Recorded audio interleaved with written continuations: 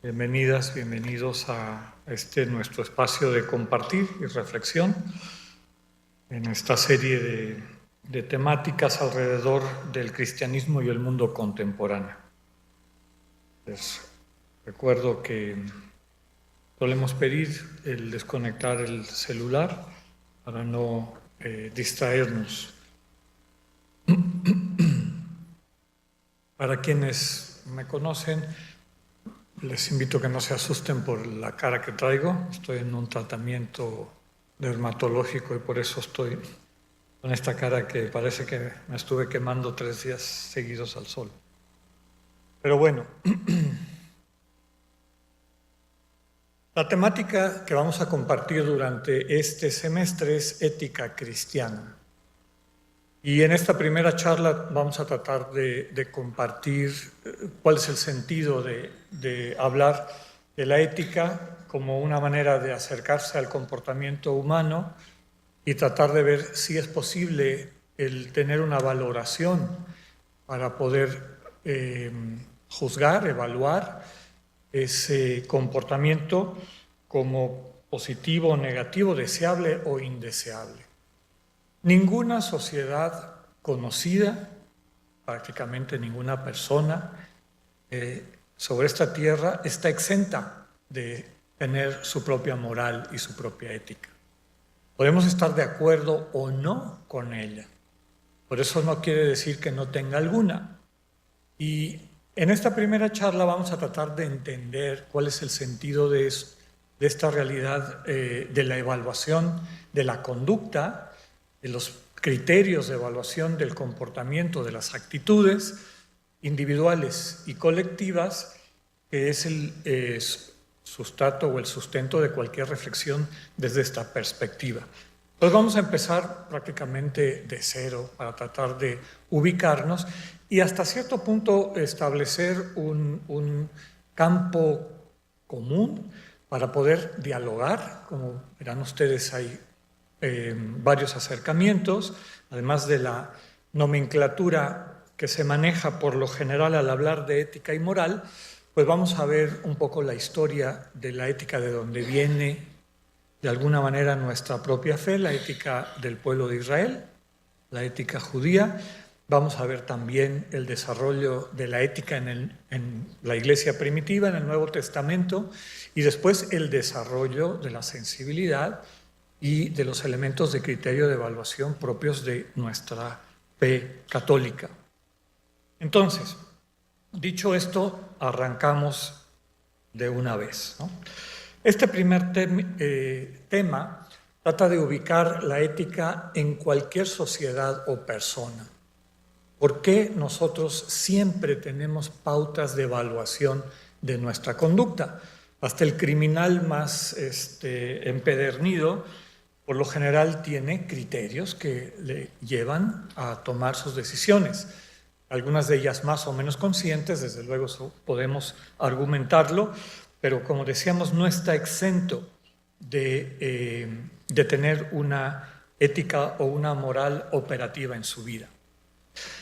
De entrada, tenemos que decir que todos los seres vivos tienen lo que podríamos llamar comportamiento, es decir, una forma de accionar con su entorno, con su medio ambiente, y este accionar con el medio ambiente ha evolucionado a lo largo de los siglos hasta lo que podemos llamar ya propiamente en el ser humano una ética o una evaluación valoral de la conducta, ¿no? Este comportamiento o conducta de la mayor parte de los seres vivos está regulado básicamente por el instinto, ¿no? A mí me tocó, cuando estaba estudiando antropología, que nos pusieran el ejemplo de un ejercicio muy antiguo que se hace en ciencias de la conducta. Si ustedes agarran un grupo de pollitos, los separan de la gallina, y los pollitos están picoteando en un jardín, en un patio, y ustedes en cartulina negra, o sea, sin ningún tipo de dibujo ni nada, en cartulina negra recortan la figura digamos, la silueta de una paloma volando y recortan en la misma cartulina negra la figura de un gavilán volando y ustedes con un palo o algo hacen pasar esa sombra por encima de los pollitos, cuando la sombra es de una paloma, los pollitos no se mueven. Y cuando la sombra es de un gavilán, se ponen nerviosos y empiezan a ver dónde esconderse. Eso no lo estudiaron en ninguna universidad ni se los contó su mamá gallina. O sea, todo eso está regulado por el instinto. Estamos nosotros apenas empezando a vislumbrar lo que eso significa. En la genética y epigenética ahora vemos que una buena parte de los aprendizajes y de la memoria está presente en la constitución genética de las distintas especies e individuos. No me quiero perder en eso, es un tema fascinante, pero sí hay que subrayar que en la mayor parte de los seres vivos, una bacteria, desde una bacteria, un pescadito, hasta llegar a algunos de los organismos superiores, como puede ser una paloma o ya mamíferos, una buena parte de su conducta está regulada por el instinto. ¿Qué es esto de instinto? Procesos de supervivencia, es decir, que le capacitan a esa criatura a relacionarse correctamente con su entorno. ¿Para qué? Para sobrevivir, para no perder su condición de viva. Estar vivo implica necesidades de energía. Se conoce como ergosia o ergosía. Quienes estuvieron hace 2 o 3 ciclos de conferencias, cuando hablábamos del pecado y del mal, les ponía el ejemplo de los virus para describir una perfecta parábola de lo que es el mal en la vida del ser humano. Los virus no son organismos vivos porque no presentan ergosis, es decir, no comen, no respiran, podemos decir que están estáticos, ¿no? No tienen esta interacción con su entorno que les permite dar y recibir de su entorno sin perder su identidad, ¿no? Entonces, todo organismo vivo requiere de un manejo apropiado de la energía y esa energía la toma de su medio ambiente. Comemos y respiramos. Quemamos, oxigenamos, oxidamos moléculas que tomamos del oxígeno, del entorno con el oxígeno, y eso produce energía. Hay otros organismos que no trabajan así, pero básicamente para estar vivo necesitamos tener un metabolismo, un manejo correcto de energía, ergosis, ¿no? Catabólica, es decir, procesos que liberan energía, anabólica, que son los procesos que utilizan esa energía. Todo organismo debe de tener eso. Y para procurarse lo que necesita para sobrevivir, para estar produciendo la energía que sostiene su metabolismo, necesita una serie de instrucciones, ¿no? Cómo vérsela con el medio ambiente y cómo vérsela internamente, ¿no? Y esto para asegurar la viabilidad del individuo y sobre todo de la especie, ¿no? Hay una especie, un tipo de solidaridad especial, en el sentido de especie, que trata de mantener la especie viable y presente en medio del mundo. Estos procesos de supervivencia, que muchas veces se traducen en conducta, están codificados básicamente dentro de la información genética de los animales. Un experimento reciente que llamó mucho la atención, a la mayor parte de la gente se le escapó. Estoy hablando de hace como 3 meses. Unos científicos, no recuerdo exactamente los datos, pero sí el contenido, que es lo que les quiero transmitir, trabajando con caracoles de jardín, babosas de jardín, enseñaron a un grupo de babosas algún comportamiento, ¿no? Que un tipo de alimento era bueno o cada vez que comían de un tipo de alimento les daban un toque, ¿no? Entonces aquellos aprendieron, no debemos de acercarnos a este lugar, ¿verdad? ¿Por qué? Bueno, les agarraron uno de esos bichos, lo licuaron, le extrajeron el ADN y se lo transmitieron a una babosa que no era de ese grupo. Y esa babosa empezó a evitar el mismo tipo de alimento. Entonces, en toda la neurociencia que ahora está tratando de descubrir dónde guardamos la memoria, pues estamos viendo que el ADN y la secuencia de lo que significa como un código de información tiene más peso de lo que creíamos antes. Pero bueno, todo esto para subrayar que una buena parte de esta conducta está codificada dentro de la información genética de la especie y de cada individuo de esa especie.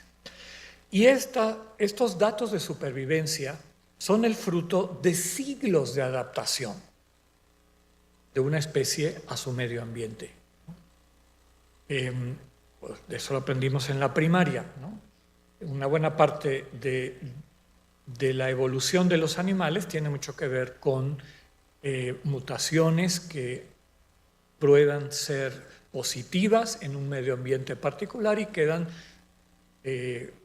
como incorporadas en esa materia genética, en la información genética de la especie, y entonces son pasadas a las siguientes generaciones, ¿no?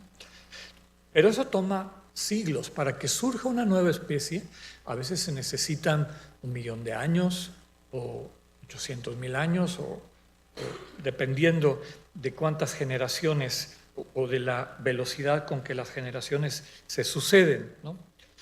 Pero básicamente son siglos para que una conducta o una práctica de relación con el entorno nueva, que la ciencia clásica subraya que en buena parte es accidental, ahí podemos tener distintos puntos de vista, toma mucho tiempo para darse, ¿no?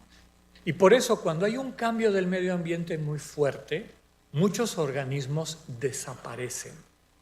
O sea, no les da el tiempo para adaptarse al nuevo medio ambiente. Y se extinguen, como les pasó a los dinosaurios, ¿no? Estos datos de conducta propios del instinto, codificado genéticamente, son útiles en nichos ecológicos limitados. Lo que les decía, poca versatilidad. Ustedes agarran un oso polar y lo sueltan en el Amazonas, durará 3 días tal vez, ¿no? O al revés, si ustedes toman a un mono araña y se lo llevan a un bosque europeo y lo sueltan ahí, tampoco va a durar mucho tiempo, ¿no? O sea, estos procedimientos adaptativos son poco versátiles. O sea, no se puede cambiar. Muy lento ese proceso de adaptación, de capacitación para lo único que es esta supervivencia, ¿no? Que el organismo pueda mantenerse vivo, es decir, tener estos procesos de ergosis, de metabolismo en relación con su medio ambiente y mantener un equilibrio interior. Bueno, con el tiempo surgen los animales superiores. Los animales superiores aparece algo nuevo, que es el aprendizaje. No todo está regido o circunscrito a información genética. Y mientras más superior es el animal, es decir, más evolucionado, y ahorita cuando hablemos de conciencia y autopresencia, sobre todo toma de decisiones eventualmente, eso implica captar el entorno y poder incidir sobre él, poderlo transformar para beneficio suyo. Una bacteria no puede hacer eso. La bacteria en un nicho particular es muy difícil poderla sacar de ahí, ¿no? En los animales superiores se introduce esto que llamamos aprendizaje como incorporación de datos de supervivencia no codificados genéticamente, sino aprendidos. Y esto ya lo vemos, por ejemplo, ahí está el perrito, ¿no? Este perrito puede aprender de su amo unos trucos excelentes, maravillosos y habérselos aprendido perfectamente bien. No tenemos ninguna garantía que sus cachorritos, los hijos de este perro, lo sepan. No lo van a heredar. Eso se tiene que aprender. Y el aprendizaje y todo lo que está vinculado al aprendizaje implica una manera alternativa de transmisión de estos contenidos de supervivencia, que ya no está regulada genéticamente, sino que ya está guardada en otro sistema, en otro mecanismo, ¿no? Y empieza a surgir pues, un tipo de adaptación, ¿no? La importancia cada vez mayor del aprendizaje para la supervivencia trae, desde luego, cambios en la interacción del ser vivo con su entorno. Uno de los cambios que esto trae es que esas adaptaciones para hacer que el medio ambiente ayude a ese organismo a mantenerse vivo pueden ser más rápidas. O sea, si lo vemos, por ejemplo, en estudios que se han hecho con changuitos, ¿no? En grupos de changuitos, de repente un changuito descubre que si pone una semilla de cáscara muy dura sobre una piedra y la rompe, le puede extraer con mayor facilidad el contenido. Y otros changuitos están viendo. Y entonces, viendo, y además viendo que el otro come y a lo mejor ellos prueban y se dan cuenta que eso está bueno, empiezan a imitar la conducta. Puede ser que los hijos de ese changuito no nazcan sabiendo cómo usar una piedra para comerse una nuez, pero lo van a aprender, les va a ser transmitido por los adultos con los que convivan. Entonces empieza a haber una vía paralela de transmisión de elementos de supervivencia. Eso hace que, dos cosas, que el cambio de adaptación sea más rápido. Como les decía, la biología y la evolución clásica subraya, cree y pretende demostrar que los cambios por mutación son al azar. Por alguna razón cambia algo en la estructura genética de un organismo y entonces la siguiente generación viene distinta, viene algo distinto. Si eso distinto ayuda a la especie a sobrevivir, pues los que tengan eso van a poderse reproducir y pasárselo a la siguiente generación. Los que no, pues se muere con el que tiene la mutación negativa. Pero eso toma, como les decía, siglos, miles de años. El aprendizaje no. Una generación. Y esa generación se la pasa a la siguiente. Eso trajo como consecuencia que muchos de estas especies que empezaron a inclinarse, empezaron a desarrollar cada vez más comportamientos aprendidos, pues fueran más versátiles, se pudieran mover a medios ambientes distintos, ¿no? Etcétera, ¿no? Mayor aprendizaje significa mayor versatilidad adaptativa, lo que les acabo de decir, y mayor necesidad de distancia de la realidad. No vivir hundidos en la realidad. Por ejemplo, la elaboración de herramientas significa captar que eso que es una piedra que está tirada, para mis efectos como organismo vivo, se puede convertir en una herramienta que sirve para romper una nuez, como les decía, y obtener un alimento que en el fondo está ahí para ayudar mi proceso vital, ¿no? La ergosis. Entonces, los organismos que optan por el aprendizaje empiezan a tomar distancia de la realidad y verla no como estática, sino con varias posibilidades, ¿no? En ese mismo grupito de changuitos, alguno de ellos aprende que esa piedra puede servir para partir una nuez o para partirle la cabeza al rival romántico, ¿verdad? Con las changuitas del grupo. Entonces, ya no está fundido con esa realidad, no es un dato inmóvil o estático como puede ser el entorno para una bacteria o inclusive para un pez, para un pescado, sino que empieza a captar y empieza a tomar distancia. Actualmente la ciencia está dando, como les digo, pasos grandes, pero muy en pañales, para tratar de entender el nivel de conciencia que tienen los animales con los que convivimos. Por siglos pensamos que nosotros éramos los únicos seres que tenían conciencia de sí, ¿no? Pero ahora vemos que en otros organismos superiores, los delfines, los primates, etcétera, hay, quieren ustedes de manera incipiente, pero hay una conciencia de sí, de quién es y quiénes son los otros, ¿no? Bueno, seguimos nuestro camino.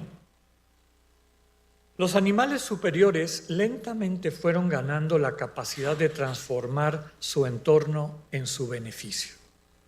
Entonces, ya no ven nada más un árbol para comérselo, para treparse, para escaparse, el árbol que está ahí, sino, como el ejemplo que les pongo ahí, el animalito que está ahí es un castor. Quienes han visto las obras de ingeniería de los castores es impresionante, ¿no? Cortan los árboles, los cortan de cierta manera, los acomodan de cierta manera haciendo estos diques que ven ahí. Esos diques les ayudan a protegerse, porque los nidos de los castores tienen salidas al agua. Entonces, al poner un dique, sube el nivel del río del otro lado del dique y quedan bajo el agua las entradas a sus madrigueras. Todos los organismos o los animales que no son acuáticos no entran a sus madrigueras y de esa manera quedan protegidos, ¿no? Pero esta elaboración de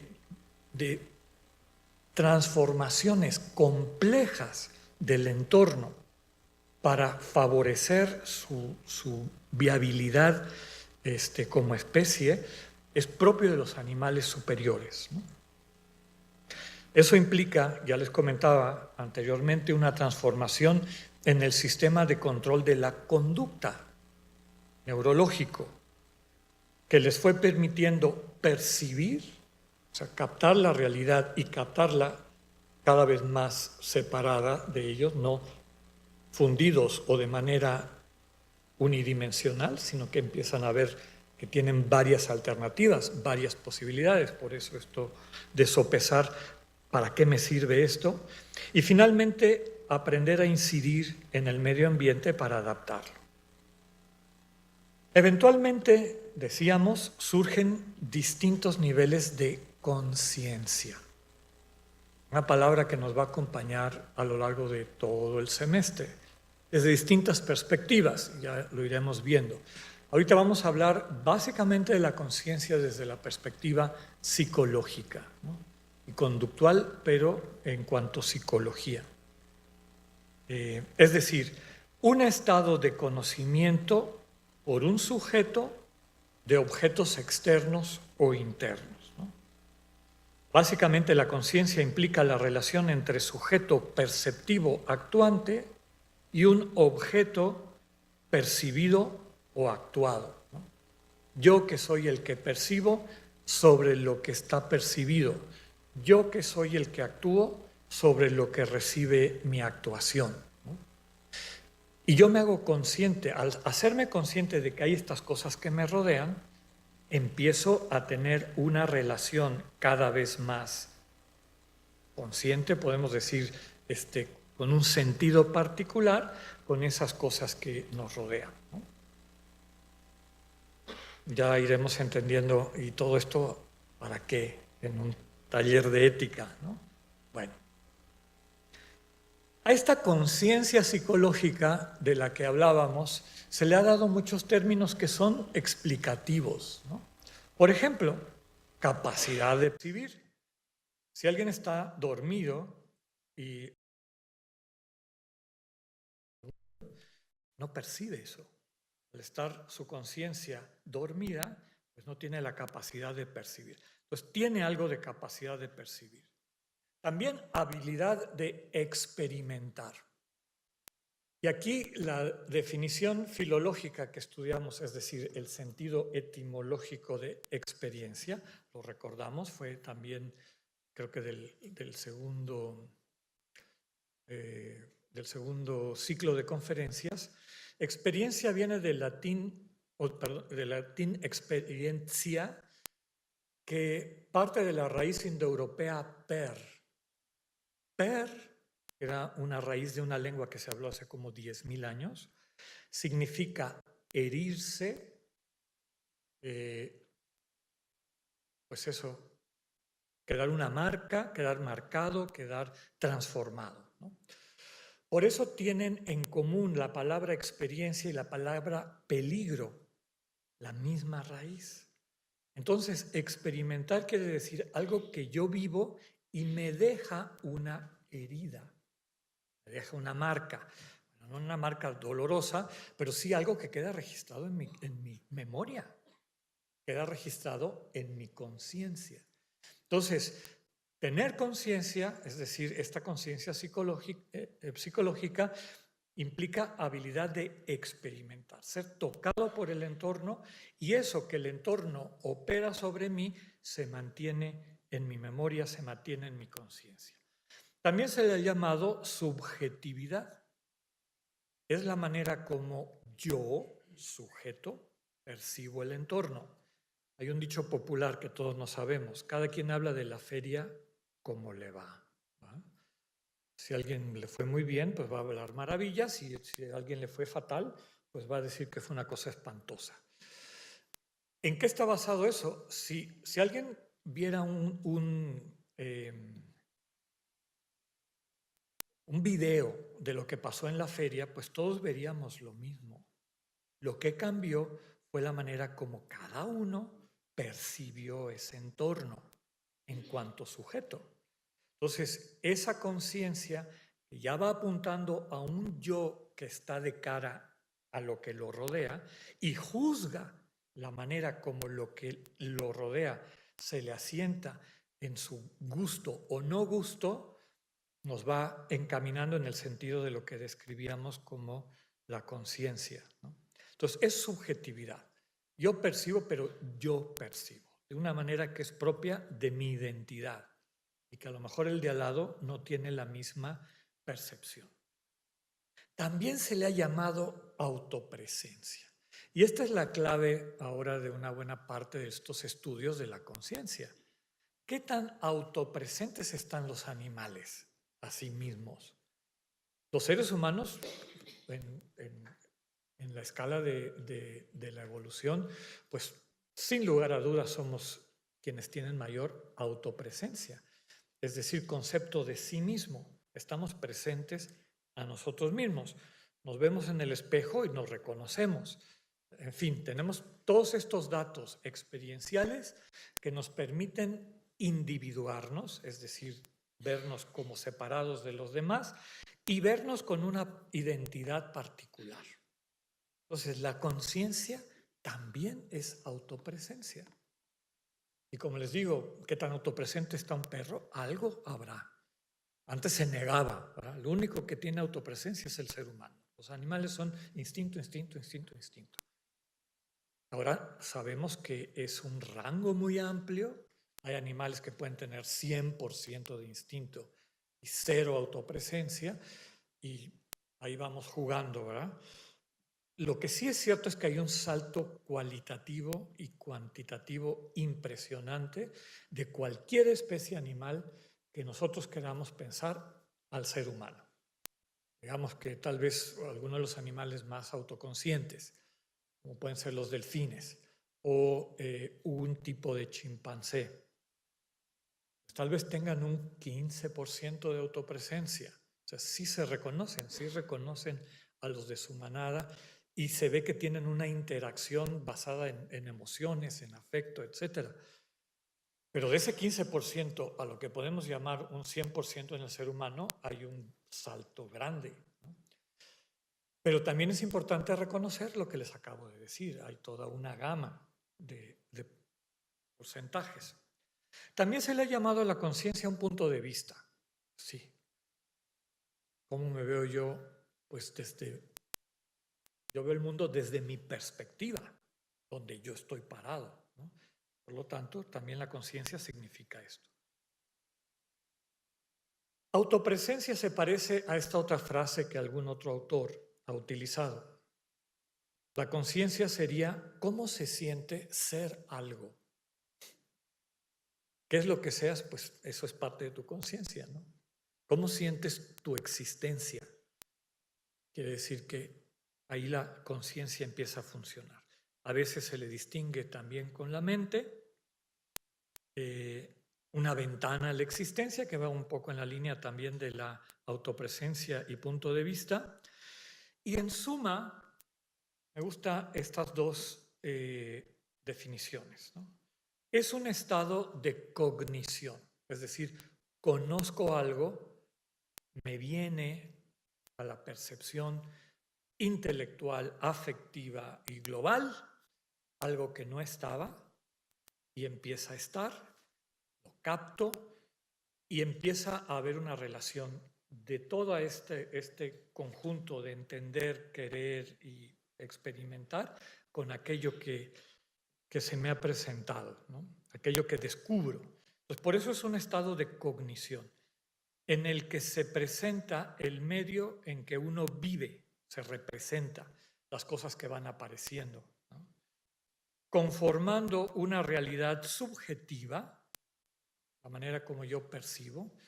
Si hiciéramos una encuesta, cuando salgan, ¿qué les parece el auditorio de uno?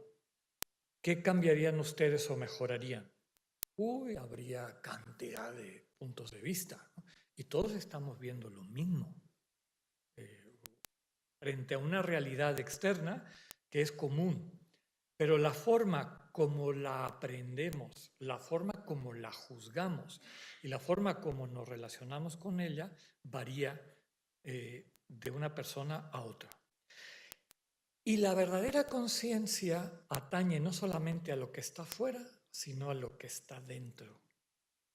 Bienestar, malestar y todas las otras cosas bastante más complejas que mientras más alto es el organismo, el ser vivo, más compleja es su constitución neurológica, pues más amplia es esta capacidad de juzgar, ¿no? A ustedes les habrá tocado el examen ese, estuvo muy de moda, que te daban 3 minutos para escribir en una hoja de papel todas las emociones que se te ocurrieran. Y hay gente que les tocan los 3 minutos y están y al final de los 3 minutos te entregan un papel con 50 emociones distintas. Y hay personas que te entregan un papel bien, mal, triste, contento y se pasan 2 o 3 minutos tratando de inventar una nueva. Entonces, esto sí varía para empezar a ver que los criterios de juicio de la conducta, del entorno, etcétera, varían de una persona a otra. Son elementos que no podemos prescindir a la hora de hablar de la ética. Finalmente, la última frase. Conocimiento percibido intuitivamente en uno mismo de algo diferente a ese sí mismo. Está muy resumidito, pero muy bien, ¿no? Conocimiento percibido intuitivamente. ¿Qué quiere decir eso? Que no hay de por medio un pensamiento analítico, ¿no? O sea, no me pongo a analizar, bueno, ¿y esto qué será? ¿De dónde viene? ¿Qué partes tiene? ¿Cómo funciona? Eso es parte de nuestra capacidad racional para vernosla con nuestro entorno. Hablaremos de esto en el futuro. Pero el acto de conciencia no implica eso. La conciencia es algo que se te presenta. Y cuando se te presenta, se te asienta con características propias. Por eso, intuitivo. Se presenta solo, se te hace realidad, ¿no? En uno mismo, es decir, en uno mismo que se concibe como sí mismo, ¿no? En un yo que es el que está percibiendo. Algún autor famoso ha dicho el yo observador. En el ser humano, tal vez es la primera especie en que hay un yo que observa el entorno y después toma decisiones sobre el entorno. Conocimiento percibido intuitivamente en uno mismo de algo diferente a ese sí mismo. Podemos percibir las plantas, los árboles, etcétera, o el que está sentado al lado y tener claro que eso no soy yo. O cuando menos que no agota mi yo. Porque, por ejemplo, hasta en el lenguaje lo decimos. ¿Cómo te sientes? Estoy un poco mal. Tengo dolor de cabeza. Nadie dice, soy dolor de cabeza. Bueno, algunos sí son, ¿verdad? No sé qué tan conscientes seamos. La cuestión es que hay cosas que pasan en mí mismo, pero que yo no las veo fundidas a ese mí mismo. Puedo tomar distancia. El castellano, ya saben ustedes la diferencia entre ser y estar, que otras lenguas no tienen.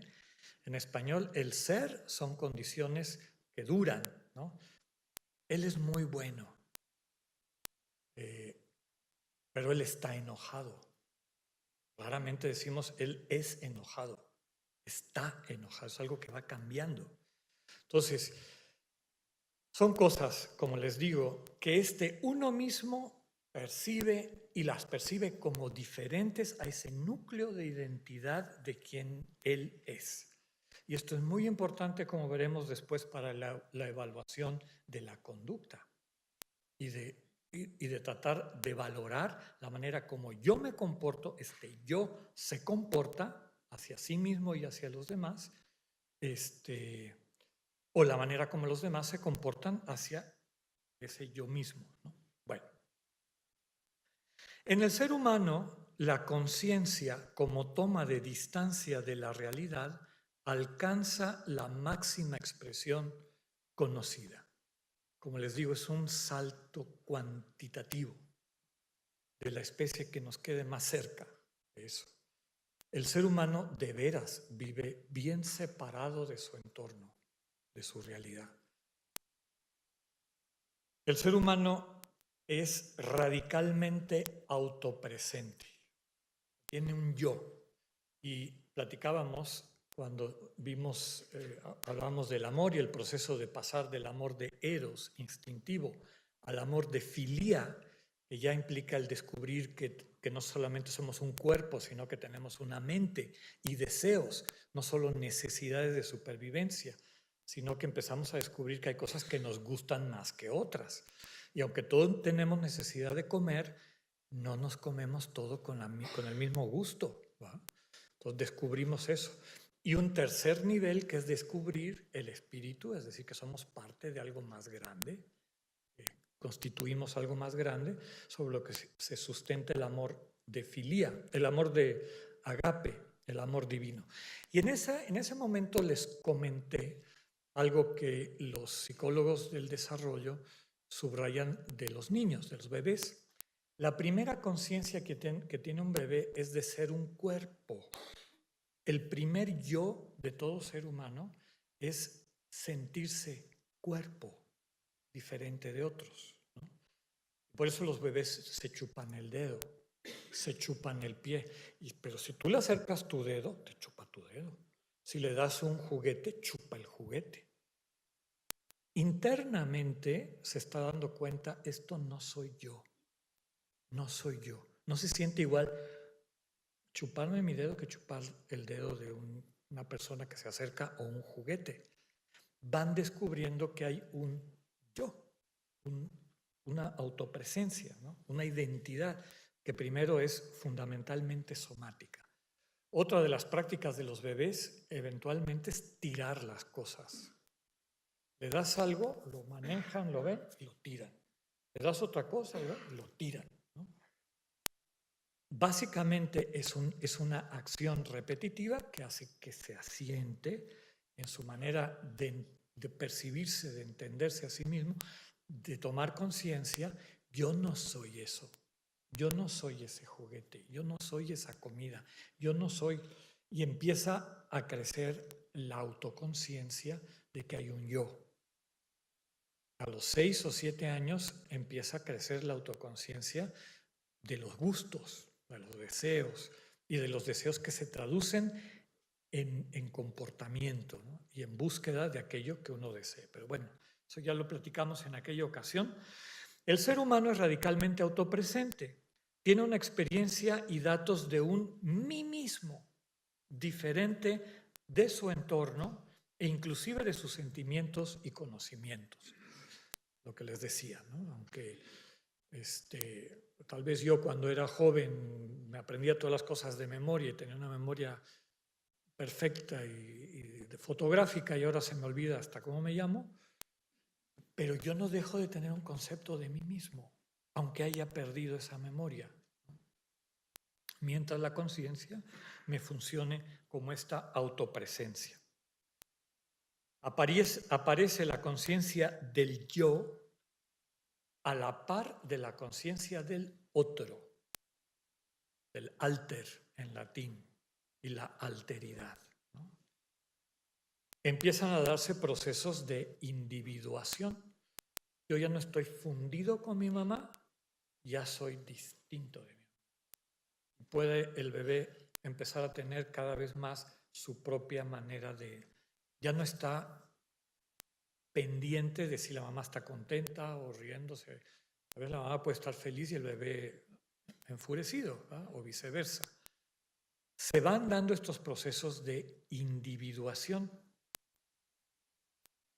Experimentar la propia identidad. Identidad en el sentido de yo soy igual a mí mismo, pero no soy igual a estos datos de mi entorno. Conjugando esta conciencia del yo con la memoria, etcétera, aparece la capacidad de recordar el pasado y conceptualizar el futuro. Ver a este yo en el pasado y ver a este yo en el futuro. Y recordar el pasado que está poblado de elementos que no soy yo, con los que estuve en relación, algunas relaciones positivas, otras negativas, y pensar en el futuro. Qué gusto poder mantener relaciones con estos otros, fueron gratificantes, y algunas otras que no me gustaron, evitarlas o tratar de ver cómo esquivarlas, ¿no? Entonces, recordar el pasado, conceptualizar el futuro. Al desarrollar la autopresencia y la capacidad de aprender y planear, el ser humano se hace capaz de aprender e innovar. De lo que aprende, con lo que el mismo proceso de aprender habilidades o capacidades, a cada ser humano no solamente le da esas habilidades, sino herramientas para hacer nuevas habilidades, ¿no? Y así es como se va construyendo el conocimiento. Así es como la técnica va siguiendo adelante, ¿no? Lo que heredamos, lo que aprendimos de la generación anterior, ya lo incorporamos a nuestro manejo y eso a su vez se convierte en elementos o herramientas para crear cosas nuevas, para hacer innovación, para tener elementos nuevos, ¿no? Todo para transformar radicalmente nuestro entorno para nuestro beneficio. Ningún ser tiene la capacidad de transformar su entorno para su beneficio, a veces mal percibido, pero bueno, todo lo hacemos pensando que nos va a redundar para nuestro bien, y eso ha hecho que el ser humano sea la especie más versátil del planeta.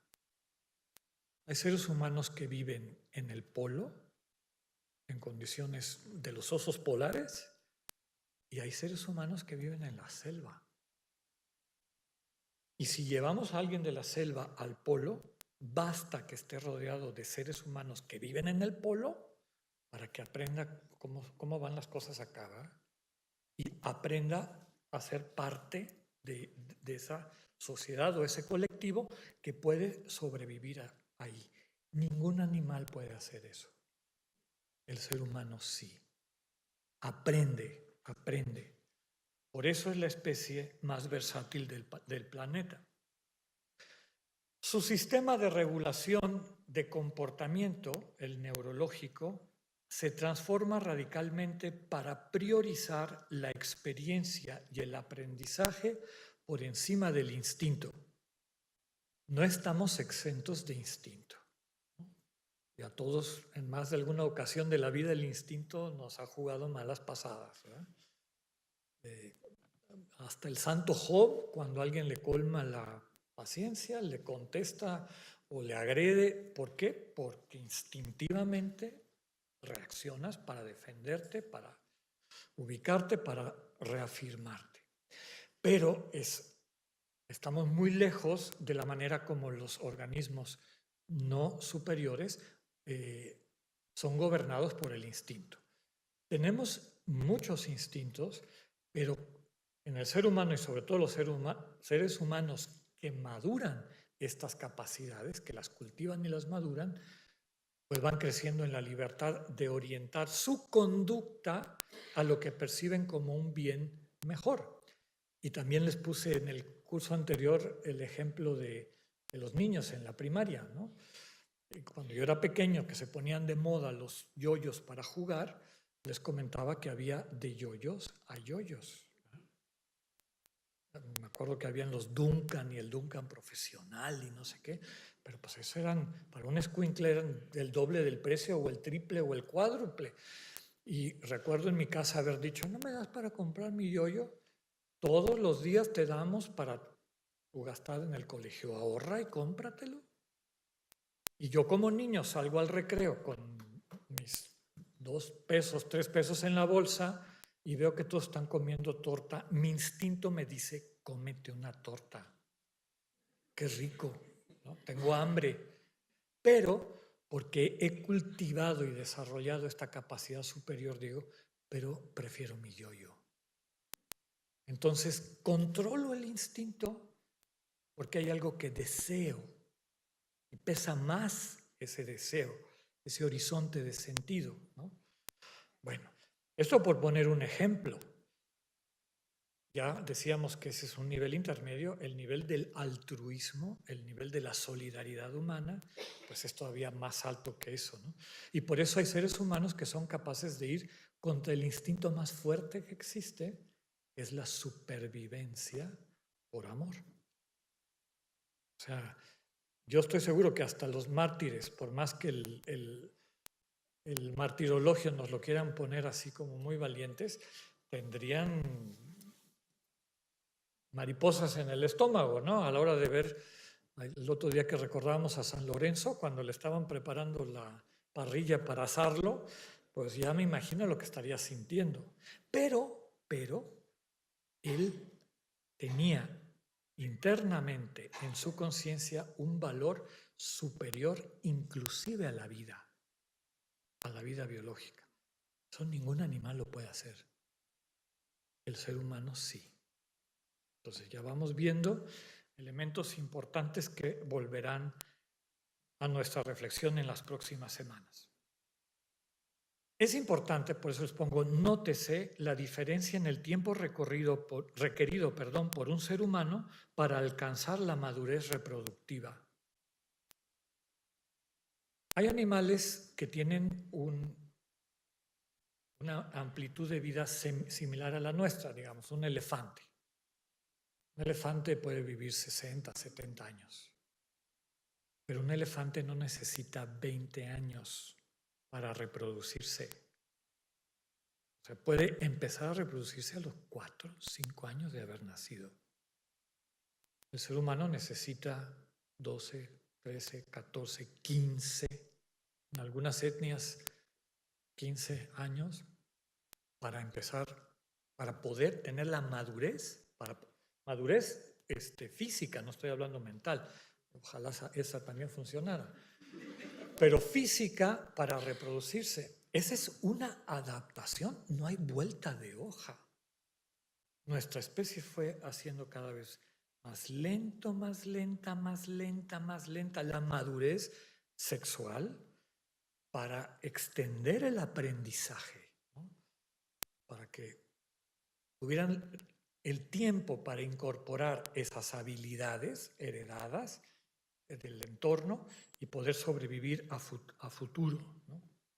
Entonces, en eso tampoco nos parecemos a la mayor parte, sino es que todas las otras especies. Y esto finalmente nos trae a la cultura. La cultura es una adaptación evolutiva de la especie humana. Lo que le llamamos cultura, como les pongo aquí, a través de la cultura, el ser humano transmite datos importantes para la supervivencia de la especie. Etimológicamente, cultura describe aquello que los humanos crean o transforman, el resultado de una actividad creadora. ¿Qué es lo opuesto de cultura? Silvestre. O sea, etimológicamente en latín es cultivado, culto, cultura. Lo opuesto es silvestre, lo que está como vino, ¿verdad? El monte como es, eso es silvestre. En cambio, lo cultivado es lo que ha sido transformado por el ser humano, externa e internamente. Por eso también decimos, oye, qué persona tan culta. ¿Qué quiere decir culta? Pues que se ha trabajado, ¿verdad? Que ha crecido, ha utilizado todas sus potencialidades para transformarse para bien, ¿no? La cultura es aquello que los seres humanos crean o transforman. Tal vez el instinto más grande del ser humano sea precisamente observar, aprender, innovar. Observar, ver el comportamiento del papá, del profesor, etcétera, del entorno, aplicar, juzgar, en ocasiones esto sí me gusta, esto no me gusta, esto me convence, esto no me convence, y también innovar. Con esto que aprendí, ¿qué cosas nuevas puedo hacer? ¿Cómo lo puedo mejorar? ¿Cómo lo puedo transformar? ¿No? Por eso a mí me gusta decir que la cultura es nuestro ADN externo.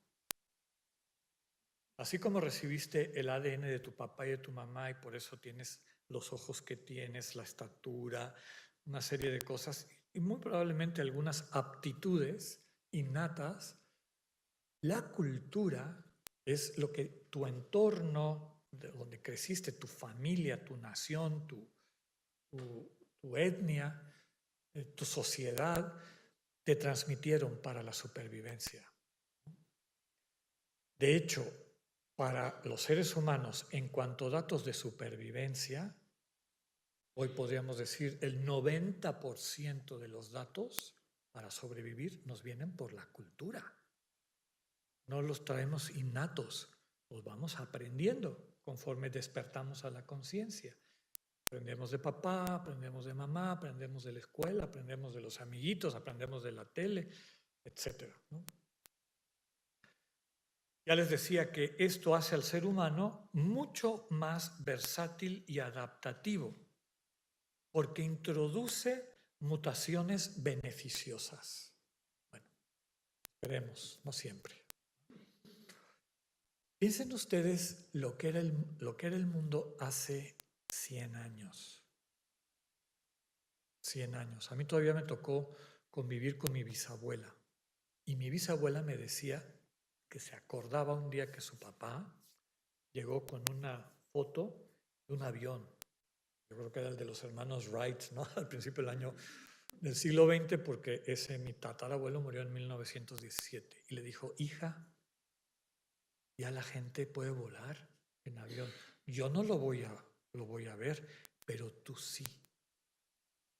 Y bueno, efectivamente.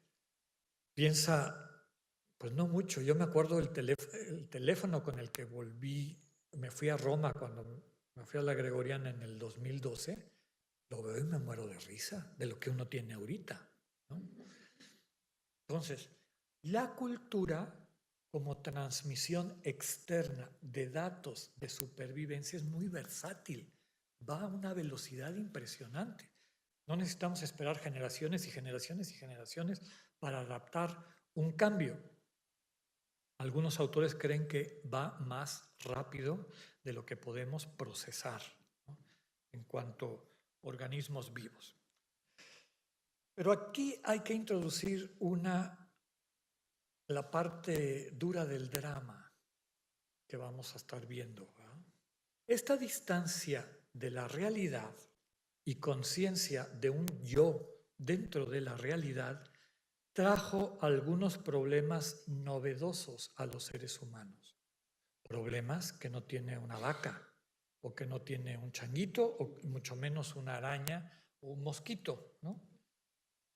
Hasta donde sabemos, somos el único ser vivo que está consciente de que su vida terminará algún día. Ninguno. Ningún perro dice, ay Dios mío, ¿cuántos años viviré? ¿Y cómo me voy a morir? ¿Voy a sufrir cuando yo muera? ¿Cómo va a ser mi...? No. El perrito todos los días ve que hay reacción, etcétera, y se vuelve a dormir, se acabó. Y es uno de los animales más evolucionados en este sentido.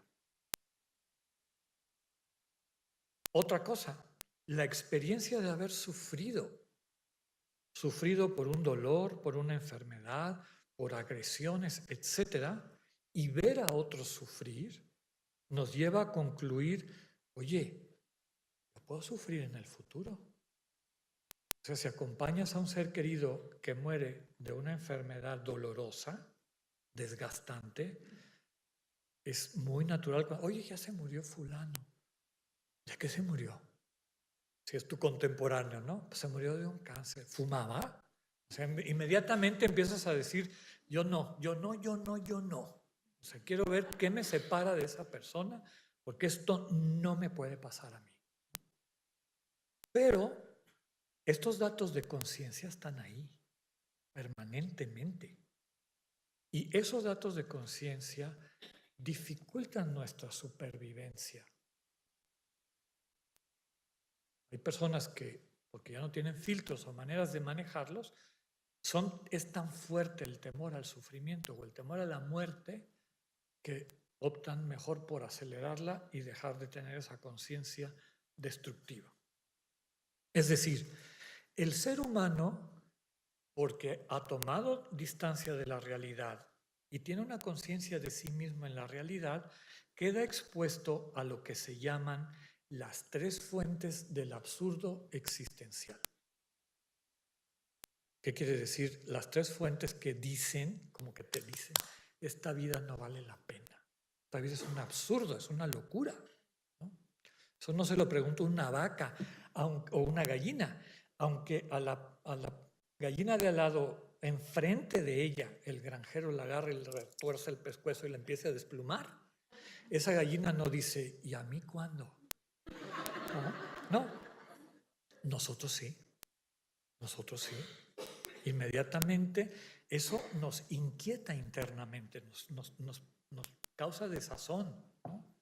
¿Cuáles son las tres fuentes del absurdo existencial? Ya vimos dos. Una es la muerte.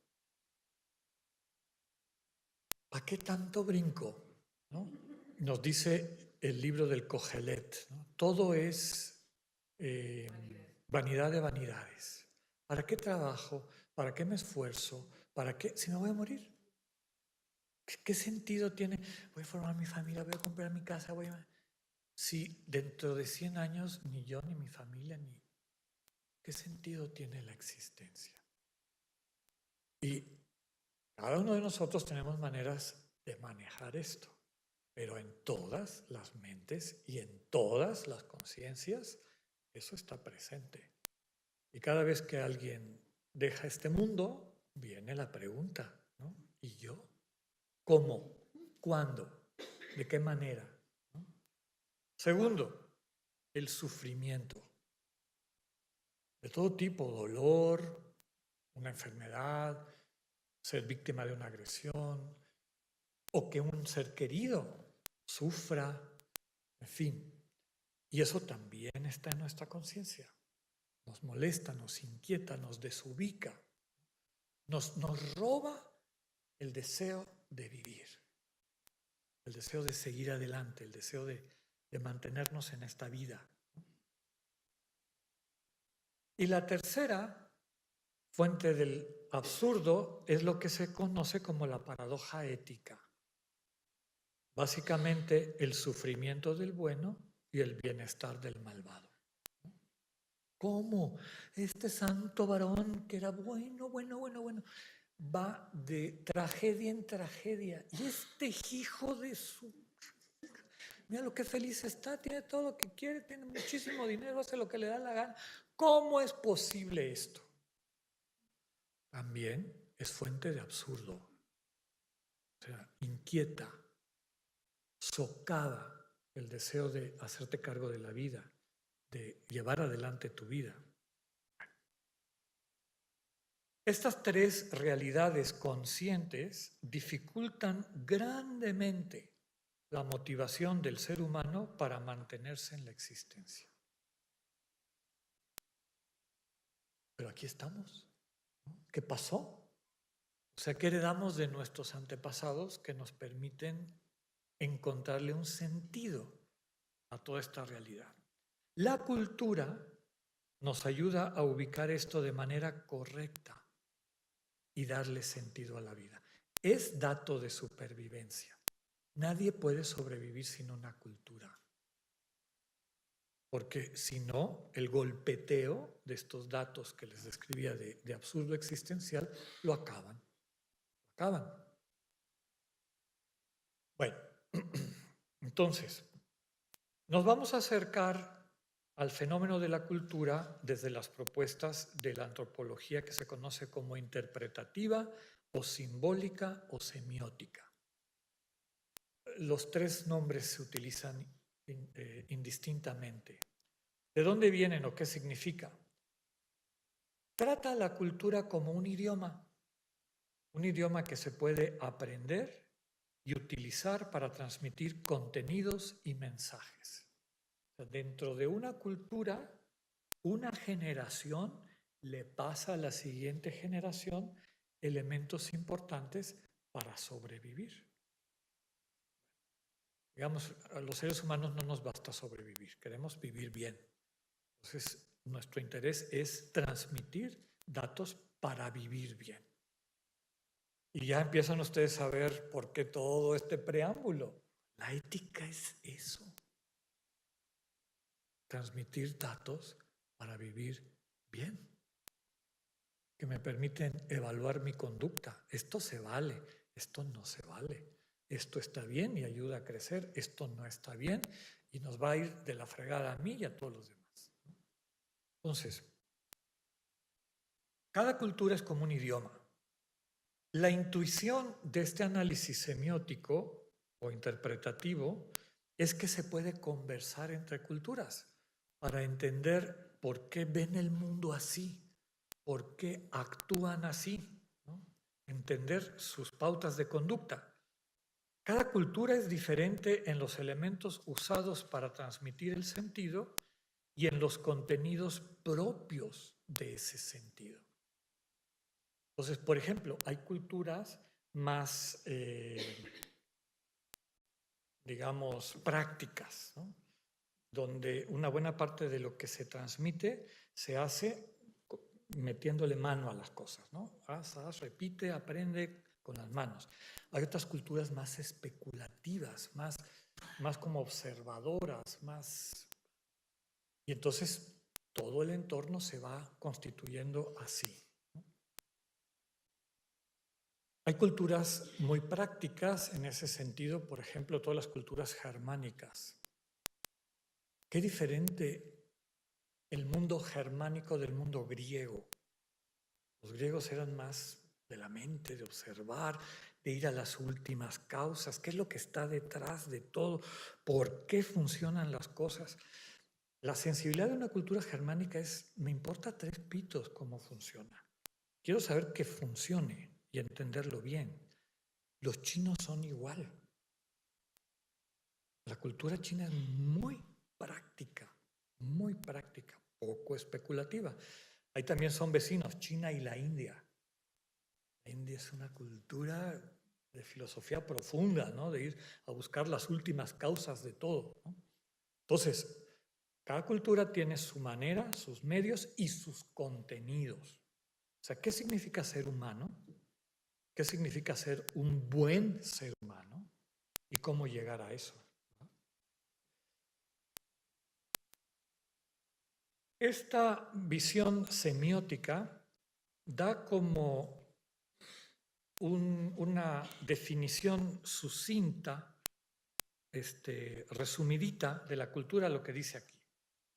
Un modelo históricamente transmitido de significados expresados en símbolos, es decir, un sistema de concepciones heredadas, expresadas en forma simbólica, por medio de las cuales los seres humanos comunican, perpetúan y desarrollan su conocimiento sobre la realidad y sus actitudes frente a la vida.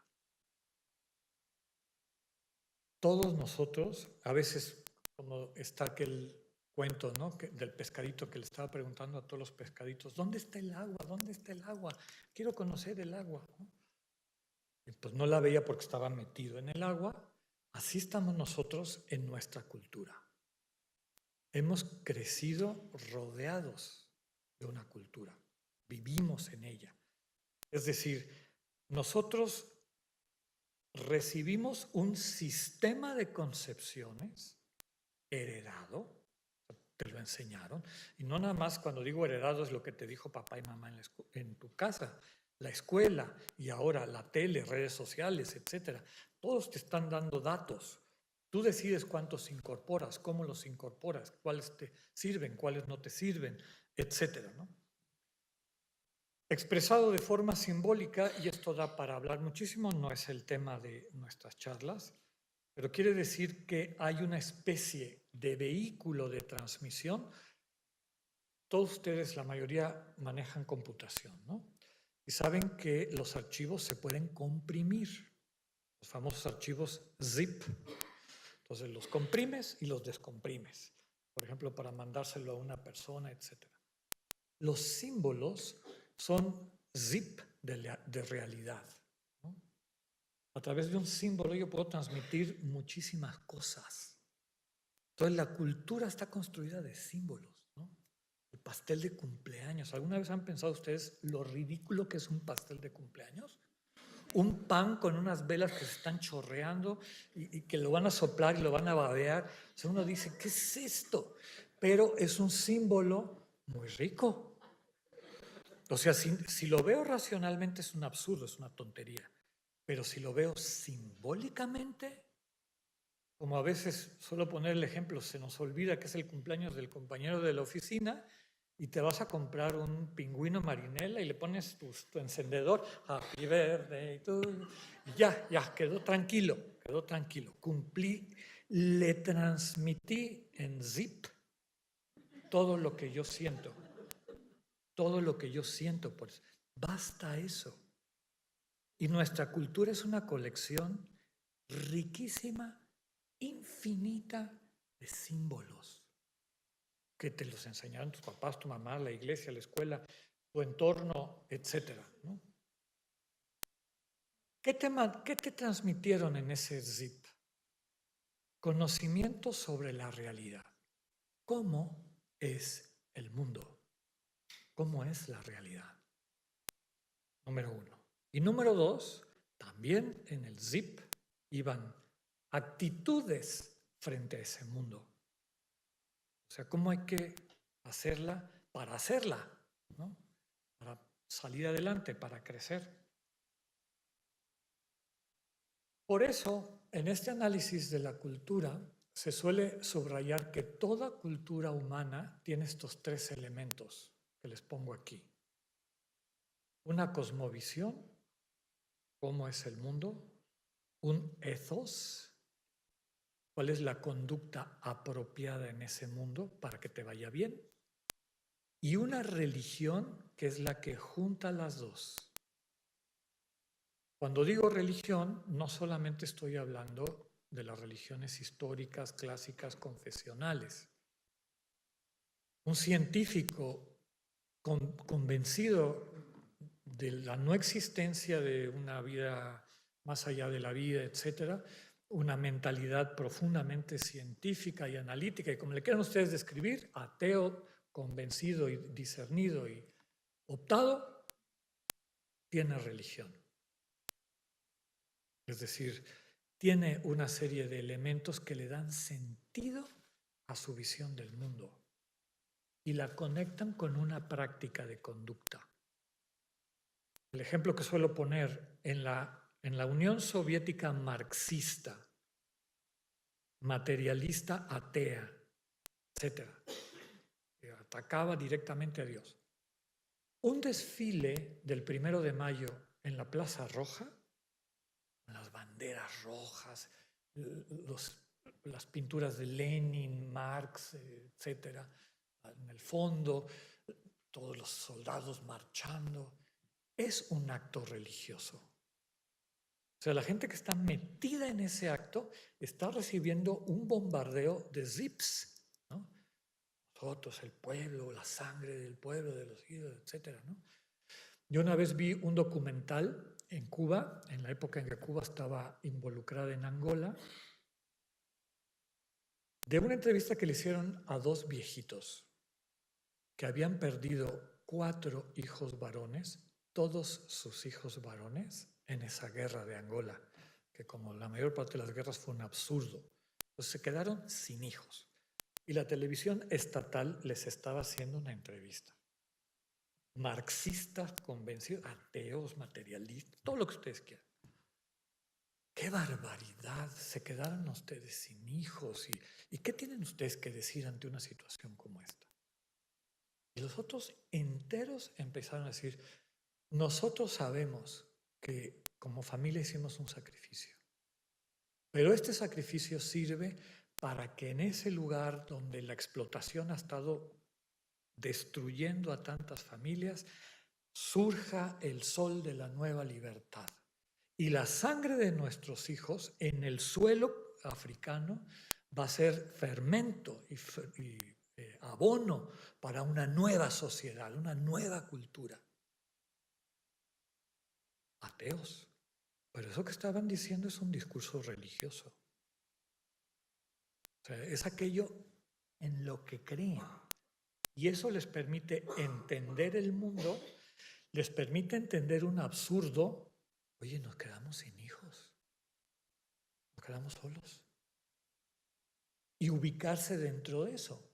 ¿Qué está bien? ¿Qué está mal? ¿Qué tipo de acciones de conducta son aceptables y cuáles no? Bueno, ¿qué es la cosmovisión? La cosmovisión son los aspectos cognitivos y existenciales, la visión del mundo,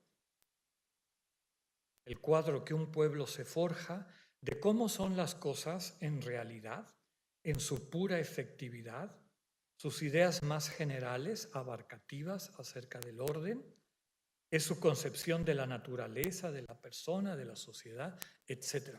Es decir, la cosmovisión, visión del cosmos, acuérdense que en griego cosmos es orden, es cómo entiendo yo el mundo que me rodea. Y yo les aseguro que casi, por cada persona de las que estamos aquí, hay una cosmovisión. Es decir, ¿cómo entiendes el mundo? Hay gente que de entrada va a decir, este mundo es injusto. Y hay otro, no, este mundo es justo. Tarde o temprano, todo el que la hace la paga. Y el de al lado suelta la carcajada y dice, pero qué ingenuo eres, qué tonto estás, ¿no? O personas que dicen, no hay más mundo que este. O sea, más allá de este no existe ningún otro mundo. Y ordenan su vida así, toman decisiones porque no hay más que este mundo. Y otra persona que dice, no, hay otra vida, nos estamos preparando para una vida más plena, etc. Y está uno junto al otro. Las prácticas de conducta de cada uno se van a ajustar a la manera como entienden el mundo. y lo perciben. Ahora, déjenme subrayarles que un buen porcentaje de esta manera de entender el mundo no es que un día dijeron, bueno, me voy a ir un mes a la montaña a tratar de pensar cómo es la realidad, cómo son las cosas, ¿existe Dios o no existe? ¿Hay vida después de la...? No, son cosas que se te asientan, que van llegándote a ti como datos de realidad y tú a veces decides si los incorporas o no, pero van constituyendo tu manera de entender el mundo y de comportarte en él, ¿no? Por eso decimos que la cosmovisión es un modelo de cómo son las cosas. Describe cómo son las cosas, ¿no? El modelo de que me permite entender la estructura, la armonía de las cosas, la manera como se encuentran relacionadas entre sí, en estructuras congruentes e inteligibles. La mayor parte de ustedes no lo vivieron, yo sí lo viví para que vean qué ruquito ya estoy.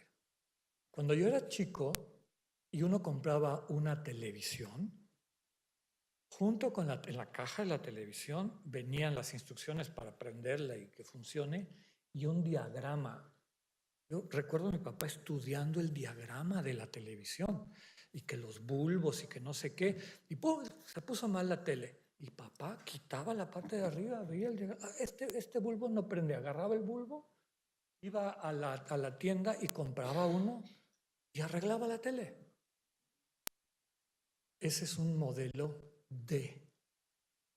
El diagrama es un modelo de cómo funcionan las cosas, cómo son, cuáles son sus partes, cómo están unas unidas con otras, ¿no? Bueno, así como hay un modelo de, también necesitamos un modelo para.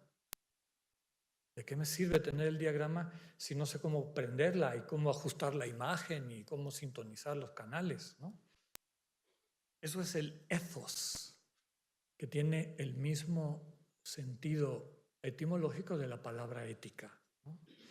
Son los aspectos morales y estéticos de una determinada cultura, básicamente sus elementos de evaluación. Cuando hablamos de ético, es decir, esto es bueno, esto es malo. Estéticamente, esto es bonito, esto es feo. Esto es armónico, esto es disarmónico. Entonces, toda cultura tiene aspectos morales y estéticos. A lo mejor a una persona en una tribu de Nueva Guinea, pues todas las cosas que se ponen y demás les puede parecer bellísima, una cosa preciosa. Y a lo mejor alguien de aquí ve eso y dice, pero qué cosa más fea, ¿no? O viceversa. Para ponerles un ejemplo dramático, los jesuitas que llegaron a misionar en Japón desde la época de San Francisco Javier, los primeros años empezaron a tener un gran éxito. Empezaron a convertirse más y más y más japoneses. Y una de las comunidades jesuíticas, viendo las costumbres de la cultura japonesa, decidió abrir un leprosario, es decir, un lugar donde acogieran a los leprosos, los cuidaran, etcétera, ¿no? Que en esos países. Después de que abrieron el leprosario, empezaron a irse los japoneses. Ya no iban a misa, ya no iban al catecismo, hasta que uno de los misioneros le dijo, oye, ¿por qué se están yendo? ¿Por qué no, ya no vienen? Es que la gente dice que ustedes son hipócritas. ¿Por qué? Porque dicen que hay que amar, hay que ser compasivos, hay que ser misericordiosos. Y ustedes agarran a gente enferma que se está muriendo y les extienden la vida. Qué crueles son. Qué crueles son. Un japonés a una cierta, después de un tiempo, córtame la cabeza. ¡Pum! Le cortaban la cabeza al otro y ya dejó de sufrir y seguían tan campantes. Claro, nosotros vemos eso desde nuestra moral y ética, se nos para el pelo, porque tenemos una cosmovisión y tenemos una manera de entender el mundo y de movernos en el mundo desde esa cosmovisión. a un japonés le parecía una crueldad increíble. ¿Cómo es posible que los cuidan para que duren más y estén sufriendo años, ¿no? Bueno, entonces decíamos que ethos implica un modelo para. Ya entendí cómo es el mundo, modelo de. Ahora, también necesito un modelo para. ¿Cómo funciona esto? ¿Cómo puedo estar correctamente en ese mundo y crecer y obtener la plenitud de lo humano, ¿no? Un modelo que me permite evaluar el comportamiento como aceptable o inaceptable. Esto se vale, esto no se vale. Esto nos lleva bien, esto nos lleva mal, ¿no? En otras palabras, y ya acercándonos al resumen, porque las cosas son así, cosmovisión, hay que actuar así, ethos. Las motivaciones culturales son fundamentales para entender una cultura. Estas motivaciones culturales no son actos, modos de conducta intencionales, ni sentimientos, sino propensiones. Y las culturas sí transmiten propensiones. ¿Propensiones a qué? A realizar particulares clases de actos o a experimentar particulares clases de sentimiento. Ya se me olvidó, pero cuando estábamos leyendo los clásicos romanos, había uno de estos grandes autores morales de la Roma clásica que tiene un pequeño opúsculo donde le dice a las mamás, no se les olvide y no le den la vuelta a su responsabilidad de llevar a sus hijos pequeños a los juegos gladiadores. Porque un verdadero romano debe aprender a morir con dignidad.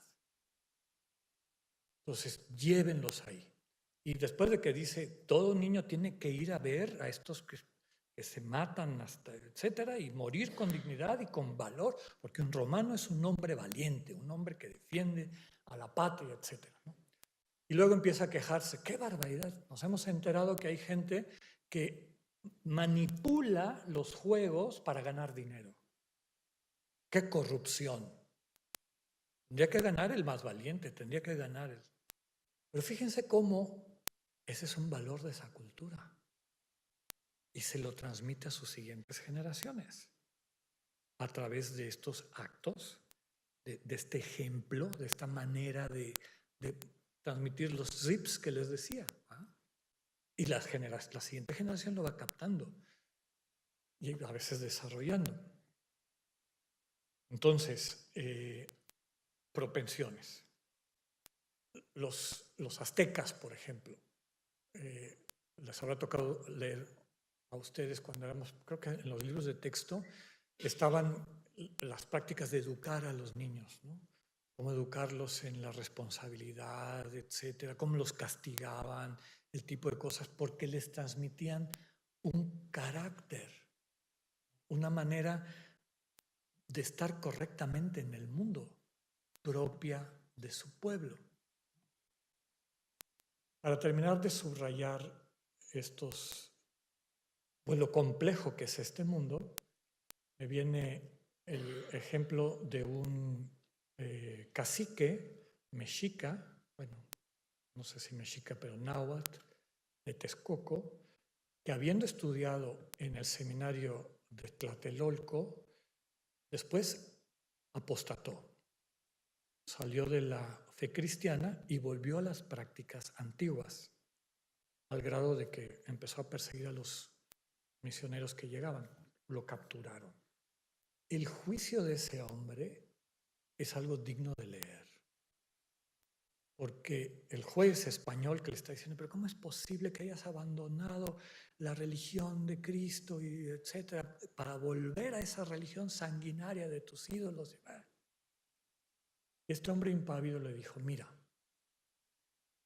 la verdad yo no sé si tu Dios existe y si mis dioses existen. Porque le decían, tu Dios no existe, te agarramos preso. Y con una capacidad racional increíble le dice, bueno, tal vez sí, mi Dios no existe, pero a lo mejor tu Dios tampoco existe, porque a todos los misioneros que matamos, tampoco los defendió su Dios. Y si tu Dios no existe y mi Dios no existe, yo prefiero la gente que nace de mi religión, que crece en mi religión, que la gente que crece en tu religión. Porque en mi religión la gente es respetuosa, trabajadora, humilde, etc.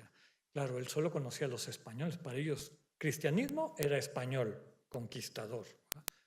Yo no quiero que mi pueblo sea como tú. Y por eso tomamos la decisión de volver a nuestra religión. Entonces vemos cómo este universo de sentido se traduce en una práctica, en una manera de estar en el mundo.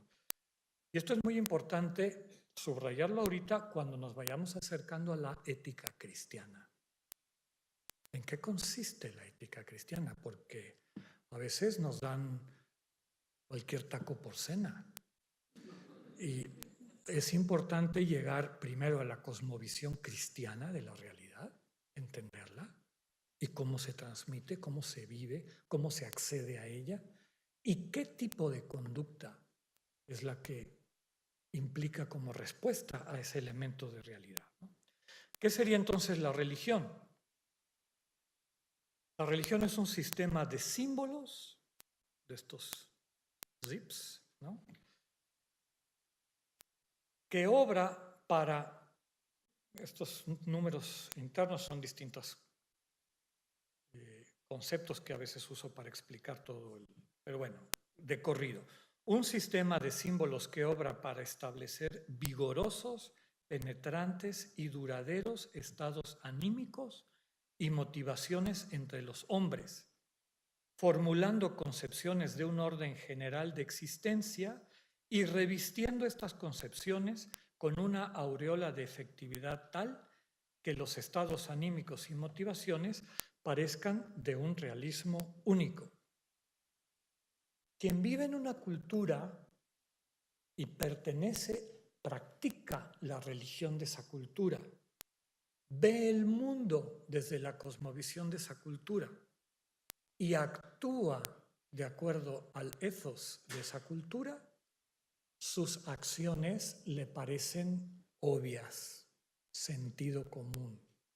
Y las acciones de otra cultura ya no le parecen tan sentido común, le parece absurdo, ¿no? Hay otro ejemplo muy bueno de nuestro mundo, indígena, ¿no? En la cosmovisión mesoamericana, cada religión, bueno, ellos no tenían la palabra religión, cada servicio a un dios, o sea, los mexicas tenían como divinidad suprema a Huitzilopochtli, ¿no? Los de al lado a Hecatl, Quetzalcóatl, los de no sé dónde a tal otro dios. Para el mundo mesoamericano, cada una de esas relaciones era algo único, era algo que los seres humanos habían aprendido para mantener el equilibrio del mundo. Su visión del mundo es como de un equilibrio, hay que mantener el equilibrio. Y los mexicas aprendieron una manera y los de al lado otra y los de al lado otra. Cuando los mexicas conquistaban un pueblo, se llevaban a sus dioses presos. Había un templo en el recinto del Templo Mayor, en México, Tenochtitlan, donde estaban presos los dioses de los otros pueblos. Y ahí había sacerdotes de esos pueblos. Entonces, esos sacerdotes seguían el culto a Hecatl y a Quetzalcóatl y a todos los otros dioses. Nada más que les decían, les vas a pedir a esos dioses que ganemos los mexicas. Que nosotros, que nuestra visión del mundo, que para ellos era importante, sea la que prevalezca, que el orden que nosotros garantizamos prevalezca. Pónganse a hacer su oración. Hay un texto que también les recomiendo, se llama El Coloquio de los 12, es un diálogo entre los 12 primeros franciscanos que llegaron con patente real y los sacerdotes mexicas. Los sacerdotes mexicas, o sea, los frailes les dicen, no podemos entender cómo es posible que ustedes no acepten esta religión que les traemos y quieran seguir con estas cosas sanguinarias de matar gente, etc. Ningún Dios que se preste de serlo va a pedir la sangre y el sufrimiento de sus hijos. Y lo que les contestan los sacerdotes o las autoridades religiosas de los mexicas, desde su punto de vista es, ¿por qué nos dicen que destruyamos a nuestros dioses y nuestro culto? Para ellos es absurdo eso. Nosotros, ustedes son ahora, ustedes les dicen, tienen la autoridad, ustedes son el Tlatoani ahora. Vamos a rezar o sea, vamos a adorar a nuestros dioses para que con todo lo que hemos aprendido, pues el mundo esté en equilibrio, el mundo esté bien. ¿Cómo nos dicen que tiremos eso a la basura? Que se nos olvide. Fíjense cómo al cambiarnos de una cultura a otra, lo que parece obvio no es tan obvio. Y ambos pensaban, el de enfrente está loco, no tiene sentido común. ¿Por qué? Porque sus cosmovisiones eran distintas. Entendían el mundo diferente y claro que su conducta y sus pautas eran diferentes. En el núcleo de identidad de cada cultura es su religión, siempre, aunque sean seculares, aunque sean ateas. Acuérdense que religare, religión, significa unir. ¿Unir qué? Cosmovisión etos, manera de entender el mundo y estar en el mundo con la práctica. Y eso hasta un ateo la tiene. Nadie puede vivir sin una religión. Entonces, algo importante para entender nuestra ética es ¿qué religión practicas? ¿A qué te estás religando? ¿Qué es lo que le da sentido a tu vida? ¿Cómo entiendes esa vida? Y eso también te capacita para cuando veas que alguien está haciendo cosas que tú no entiendes y que te parecen absurdas o contrarias o lo que sea, cuando menos te esfuerces por tratar de entender por qué está haciendo esto, qué hay detrás de eso, qué visión del mundo, qué forma de entender lo correcto y lo incorrecto. Por eso la religión es una especie de resumen dinámico, un destilado del modelo de y el modelo para. Todas las religiones describen el mundo, las famosas cosmogonías. ¿Quién creó el mundo? ¿Cómo lo creó? ¿De qué manera? ¿Qué orden puso? Etcétera. Y junto con eso van códigos de conducta, ¿no? Esto se vale, esto no se vale, etcétera. Esto está bien, esto está feo, esto está bonito, etcétera. Es importante tomar en cuenta que para quienes practican un sistema religioso, este parece procurar un conocimiento genuino y veraz de las condiciones esenciales en que la vida debe o necesita ser vivida. La religión, al vincular el ethos y la cosmovisión, confiere una serie de valores sociales, lo que quizá estos más necesitan para ser obligatorios, es decir, la convicción de objetividad, de realismo incuestionable. Por eso, quien vive dentro de esa religión y dentro de esa cultura, ve esas cosas como obvias, aunque el de al lado a lo mejor no. Y ese otro ve su propio mundo, su propia cosmovisión como obvia y no puede entender por qué el otro no lo entiende igual. Porque el mundo es así, tenemos que actuar de esa manera. Es una especie de demostración empírica experimentada por los que la viven de la relación significativa entre los valores en los que cree y el orden general de la existencia. Entonces, aquí se introduce un nuevo tema con el que vamos a empezar en la próxima charla, que son los valores. Esos son los criterios para juzgar. Y cada cultura tiene su axiología. Axiología quiere decir escala de valores. ¿Cuál es el valor más grande, el que sigue? Porque todos nosotros lo hemos visto en la vida, a veces los valores entran en conflicto. Si yo creo en la compasión, en evitarle el sufrimiento al prójimo, y creo también en la verdad, los dos son valores, ¿no? Transparencia, verdad. Y yo veo que hay una persona angustiadísima que parece que se está muriendo, y muy angustiada, y yo sé que se está muriendo, pero sé que si se lo digo, pues la voy a dejar peor. Entonces entran en conflicto dos valores, verdad, compasión. ¿Por cuál de los dos me inclino? Depende de mi axiología. Y hay personas para quienes el valor más grande es la verdad, tú suéltala y ni modo. Y hay gente que dice, no, la compasión, sácate con tus verdades, ¿verdad? Qué poco corazón tienes. Entonces, todo pueblo tiene esta escala de referentes de evaluación. El ser humano puede adaptarse a cualquier cosa que su imaginación sea capaz de afrontar, pero no puede hacer frente al caos. Tiene que tener una cosa que le permita ubicarse con sentido en la vida. Eso es lo que nos transmite la cultura. Lo que un pueblo valora y lo que teme y odia están pintados en su cosmovisión, simbolizados en su religión y expresados en todo el estilo de vida de ese pueblo. Finalmente, dado que la religión es el núcleo y condensado de toda cultura, finalmente de toda experiencia de lo humano, lo religioso se convierte en la puerta de entrada al universo de sentido de ese colectivo. Entonces, cuando tú te vayas a otro país o lo que sea y quieras entender a la gente, la primera pregunta es, ¿cuál es su religión? ¿En qué creen? Y ver estos actos de lo que realizan, porque ahí están esos zips de la manera como entienden el mundo y cómo se comportan dentro de ese mundo. Pues hasta aquí lo que tenía preparado el día de hoy. Perdón que me extendí mucho, pero nos quedan unos 20 minutitos para preguntas.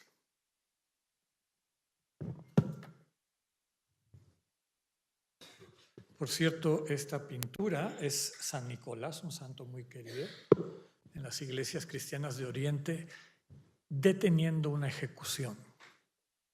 O sea, están a punto de ejecutar a esta persona y el milagro que hace es que con la mano agarra la espada, evitando que maten a la persona.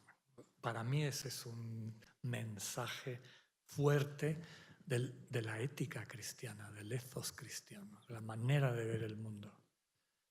Bueno, preguntas, comentarios. Sí.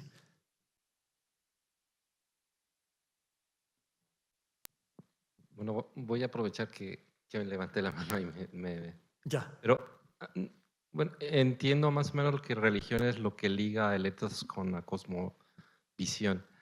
Pero ¿dónde queda la filosofía? Que también es como una manera de interpretar la cosmovisión o de darle sentido a eso. Claro. La práctica propia del filósofo, porque no hay filosofía, hay filosofías. Sí. Y entonces, pues cada uno de ellos tiene su manera de entender, de acercarse a esa verdad que busca. Y ese constructo de lo que para el filósofo particular en su escuela, en su etcétera, es fundamental e importante, esa es su religión. Desde ahí se explica el mundo. Y al explicarse y entender el mundo, regula su conducta. Quiere decir que para lo que algunas personas es religión, para la otra son las prácticas filosóficas. Sí. Okay. Es lo que les decía, hasta un ateo marxista, materialista, tiene una religión. O sea, eso que lo religa, lo junta con lo que le da sentido a su vida. Muchas gracias. Y esa religión está codificada en símbolos, hasta para el filósofo, ¿no? Siempre. Muchas gracias. Sí. Sí, una pregunta es, ¿existen estudios o qué ciencia está midiendo el impacto que tiene la globalización, el Internet, el acceso a viajar en la última década, en el impacto que tiene a todo este concepto cultural, regional, muy particular, endémico, que ya no sucede tanto o cada vez es más fragmentado, como una ciudad, por ejemplo, como Guadalajara, cosmopolita, donde cada vez, digo, se ve el impacto en la intolerancia de lo que creo o las tendencias que sigo, no necesariamente viajando, sino por medio del internet. Personas que practican el budismo, personas que practican otras prácticas orientales o Mm, que no son propias de la cultura en la que nacieron y sí. que los hace tener una cosmovisión diferente a donde se desenvuelven, que genera pues más criterios que a lo mejor antes no había tanta apertura o tanta facilidad de... Exposición, básicamente. No estaban expuestos a otras culturas. El ser expuesto a otra cultura, bueno, no siempre implica que yo acepte esa otra cultura, porque a veces la reacción es como de crítica o de sospecha, en fin, de juicio, finalmente, ¿no? Pero entiendo tu punto de vista. Sí, yo diría que cada vez, porque estamos abiertos a más universos culturales, hay una paradoja. Pareciera que cada vez hay más diversidad, ¿no? ¿Qué diversidad? O sea, yo puedo ser budista, hinduista, ateo. El otro día nos estaban explicando, que a mí se me hizo verdaderamente interesante y profundo, toda la nomenclatura nueva de identidad de género. O sea, cuando llevan en la 15ª identidad de género, de cosas que yo en mi vida había pensado que pudiesen existir, ¿no?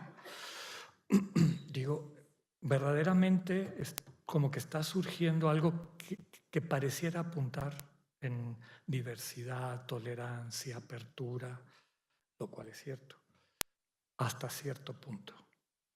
Porque por otro lado, en la globalización hay fuerzas muy grandes de homogenización.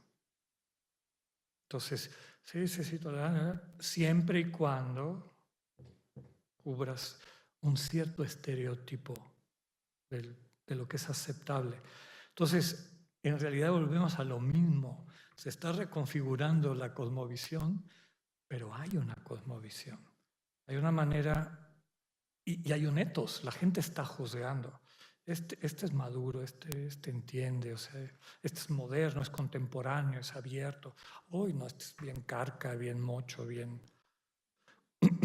Eso puede traer como consecuencia que estos elementos, o sea, nadie puede asegurar que que una de las maneras de entender lo humano sea la perfecta. Podemos discutir y ver y tratar de entender. Pero a mí me parece que sí es un empobrecimiento el dejar muchas de esas maneras de entender y ver el mundo para entrar en un mundo de lo gris, ¿no? Donde todo se mezcla y quién sabe qué va a quedar de ahí. Y finalmente, en esta línea de la globalización, yo soy de otra época. Oigo, por ejemplo, a mis hermanos en formación de 20, 30 años, lo que les pesan los famosos likes o dislikes. A mí me importa 3 pitos. A quién me like y quién no me like. Me da igual. O sea, eso no tiene ninguna influencia en mí. Pero en ellos es una cosa impresionante. Entonces, sí hay mecanismos de conformación, de ir integrando. Y ahora, pues con todos los escándalos de manipulación de masas en redes sociales, pues nos damos cuenta de que estamos ante una realidad compleja, bien compleja y muy digna de estudio, que fue tu primera pregunta, ¿verdad? La iglesia tiene como en la mesa el tema, como, Sí. como, el, como ya aterrizado con, por ejemplo, a los jóvenes. Eh, Existe en la iglesia ya ese aterrizaje de decir, hay una línea en la que vamos a trabajar para, como mencionaba, eso va mucho más rápido de lo que, de lo que podemos procesar, igual como iglesia, pero sí, sí hay una inquietud, al menos por parte mía, de que en realidad podemos hacer algo que sobrepase que esté como en balance de todo esto, porque Sí. sí hay mucho. Sí. Ahora, mi convicción como cristiano y como católico es que eso implica conocer nuestra fe y en qué está sustentada. Y en qué está sustentada la conducta cristiana, el ethos cristiano, ¿no? Porque no basta con que alguien le ponga la etiqueta cristiano para que efectivamente, digamos que el criterio del Evangelio lo reconozca como cristiano. Y se nos vende como cristiano muchísimas cosas que no lo son. Si las ponemos de cara al Evangelio, se caen. Pero a lo mejor social, cultural, históricamente han sido muy fuertes, pero no necesariamente tienen un sustento evangélico, ¿no? De práctica cristiana. Entonces, estoy totalmente de acuerdo contigo. La Iglesia no solamente lo está descubriendo y tratando de hacer ahorita, ha sido el centro del espíritu cristiano, ¿no? El captar que hay una buena noticia accesible para todo ser humano y que se traduce en buena noticia para todo ser humano. Es el centro del mensaje cristiano. Y eso tiene que ver con una apertura a uno otro que se manifiesta como buena noticia. Pero bueno, eso ya lo iremos viendo cuando veamos la evolución de la ética cristiana. Pero sí, me parece muy interesante y muy pertinente tu observación, tu pregunta. Muchas gracias. A ti.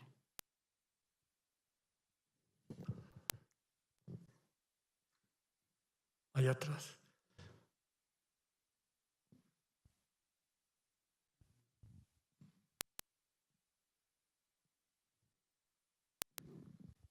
Frente a estas diferentes cosmovisiones que pues diferentes culturas van formando, ethos y religión, parecería que todo fuera como relativo, pero sin embargo creo que tendría que haber un criterio que le vaya dando sentido independientemente de las cosmovisiones.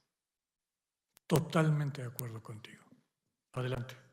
¿Cómo puede uno identificar como pues ese criterio que pueda, a fin de cuentas, al humano o hacernos más humano dentro de todo esto? Ya estás hablando tú de un criterio. Claro, al hablar de lo humano, distintas personas tienen visiones diferentes de lo que es ser humano, ¿no? Pero tocas un punto muy importante. No podría existir ética ni moral si no hay criterios. Y pues de eso vamos a hablar, tratar de entender sobre qué se sustentan los criterios de la visión cristiana del mundo y el actuar cristiano en el mundo. Pero mi interés con esta primera charla es decir, vamos hablando de que desde una perspectiva fenomenológica, o sea, ¿qué hay? Hay muchas visiones. Porque al menos en nuestra sociedad la tendencia más bien es la contraria. La gente cree que hay una verdad monolítica y ¿cómo es posible que haya gente fuera de esta verdad monolítica? Y eso les incapacita, número uno, a entender y dialogar con los que pertenecen a otra realidad, a lo mejor monolítica, y finalmente a hacerse cargo de la suya propia, que yo creo que es importante. O sea, ¿por qué yo actúo así? ¿De veras me la creo? ¿De veras me la creo? ¿O qué está detrás de mi propia práctica religiosa, moral, ética, en fin? Entonces, estoy de acuerdo contigo y eso vamos a tratar de hacer en las próximas charlas, ver el sustrato, porque también a veces la gente tiene la imagen de que ha habido una moral cristiana, casi como que el Señor Jesús entregó un libro con 526,000 reglas a los discípulos y esas han estado inamovibles a lo largo de la historia. Y eso no es cierto. Sí hay una sensibilidad, una manera de entender al mundo y al ser humano, que es el centro de la experiencia cristiana de trascendencia de Dios y del hombre, y prácticas que se desarrollan de eso, ¿va? Pero que tienen un desarrollo histórico, ¿va? Acuérdense que San Pablo le dice a un amigo suyo, ahorita se me va el nombre, uno que era esclavo de otro, que vuelva con su amo. Y le dice al amo, recíbelo con paciencia, con cariño, porque son hermanos ante Dios. Pero no le dice, ¿cómo te atreves a tener a un ser humano como tu propiedad? Ahora, ninguno de ustedes, que me imagino que la mayoría son cristianos, justificaría que un ser humano fuera dueño de otro ser humano. Pablo le parece raro, pero no tiene una indignación fundamental frente a eso. Quiere decir que nuestro pensamiento ha evolucionado, ¿no? Entonces, ningún cristiano diría ahorita que las mujeres no deben de votar.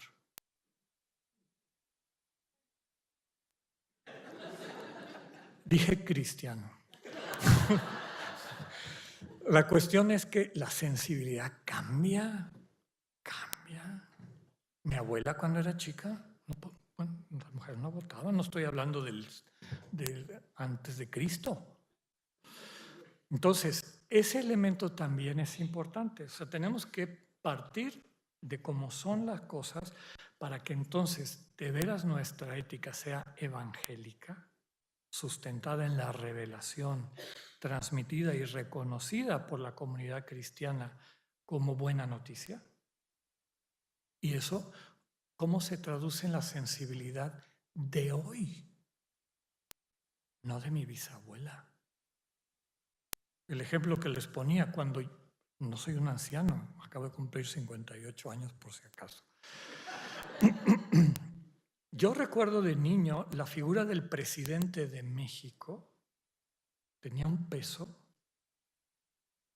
Nadie se burlaba del señor presidente, o el señor cura, o el señor obispo, o el señor presidente municipal, o el señor profesor. Ahora, el presidente, por amor de Dios, ¿no? O sea, hacen todo tipo de capirotes con el presidente y con el obispo y con el papa y con todo el mundo. Hay una sensibilidad nueva. Entonces, tenemos que captar esa sensibilidad y cuál es el mensaje, cómo se traduce el mensaje de la buena noticia del Evangelio en este mundo, no en el de mi abuela, como les decía, ¿no? Bueno, vamos a descansar.